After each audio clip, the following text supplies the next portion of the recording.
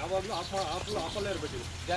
ಇದು ಗಲೀಜ್ ಹಾಚ್ಕೋಬೇಕಂತ ಮಾತ್ರ ಗಲೀಜ್ ಹಾಕೋಬೇಕಂದ್ರೆ ಮಾತ್ರ ಇದು ಆಪ್ಷನ್ ಇರುತ್ತೆ. ಇದು ಆಪ್ರೇಟರ್, ಇದು ಆಪ್ರೇಟರ್. ಇದು ಆನ್ ಮಾಡಿಕೊಟ್ಟು ಇದು ಆನ್ ಮಾಡ್ಬಿಟ್ಟೆ ನೀವು ಆಫ್ ಮಾಡ್ಬೋದು.